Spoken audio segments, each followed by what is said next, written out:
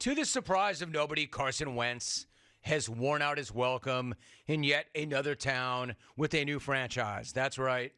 Yesterday, the Commanders were officially added to the teams that have kicked Wentz to the curb, making them not one, Not two, not three. not two, but yes, three.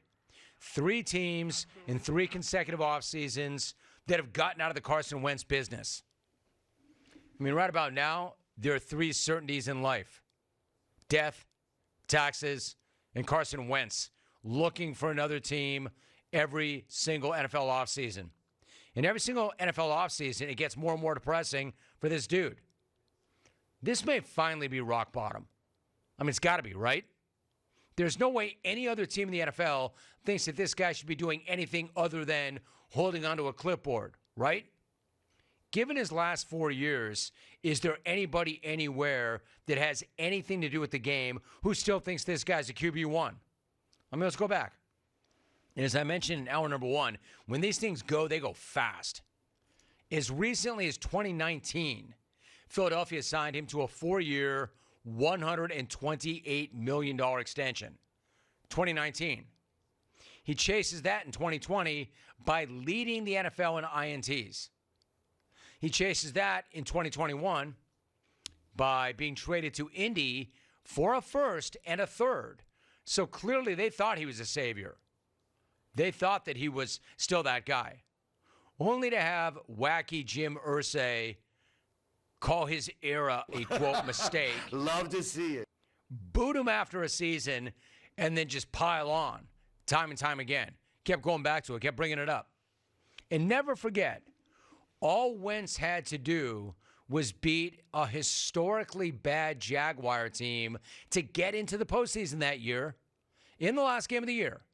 Heavy favorites against the Jags, who were garbage then, and he still couldn't do it. Garbage. And now, not even a year later, he's already done with Commanders.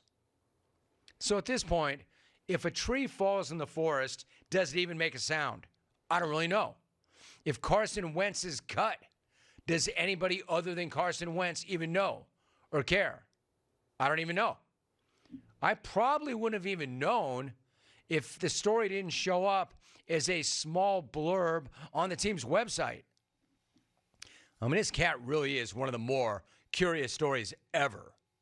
Again, when it goes fast. I mean, the hell happened to this guy?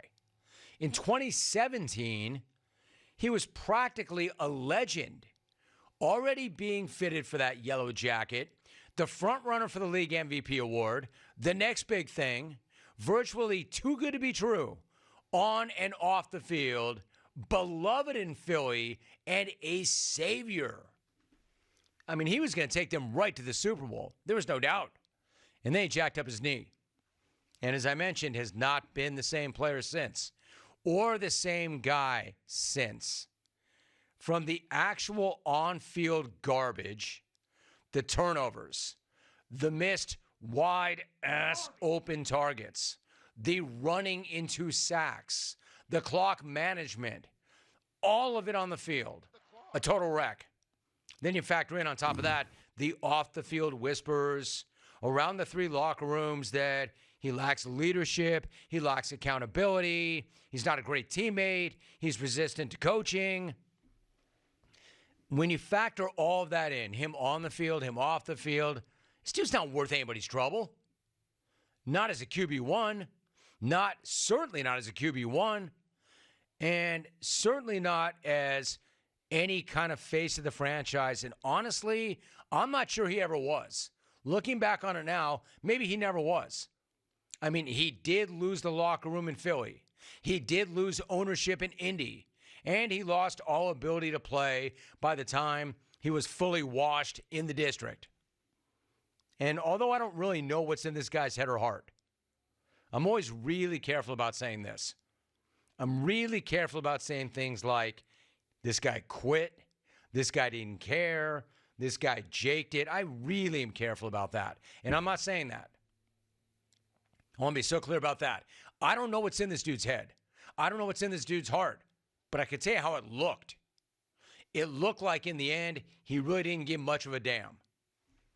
I mean, sure, the Commanders did finish 8-1, but not because of Wentz, but because of the former St. Louis Battlehawk.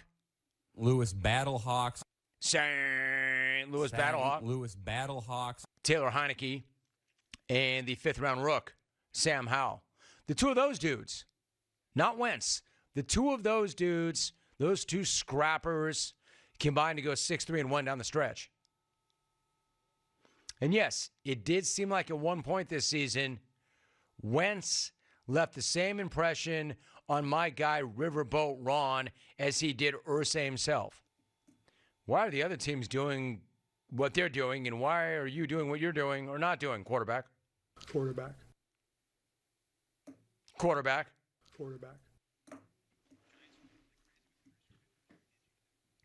I don't know. I mean, Ron, you're my dude. You know I'm a Ron Rivera guy. I am. I just am. I'll own that.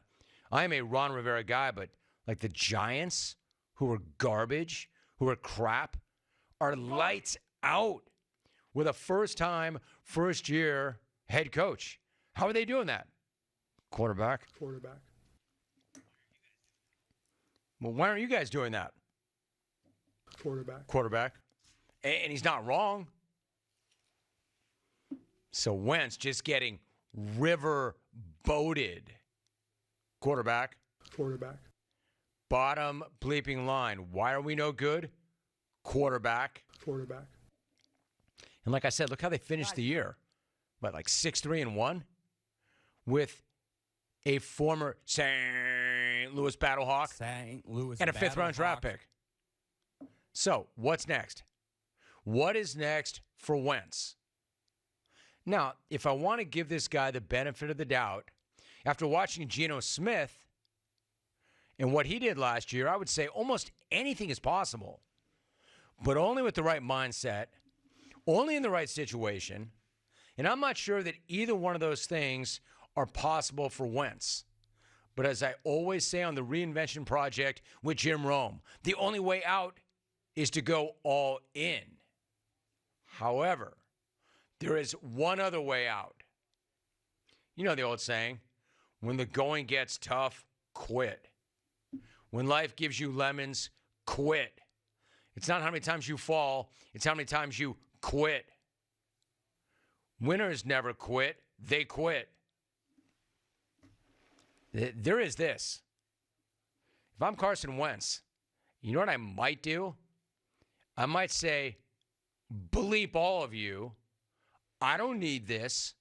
I'm going to take the $128 million that I made in career earnings, take my ass back to my cabin in North Dakota, and I'm going to go hunt and kill as many ducks as I damn well please.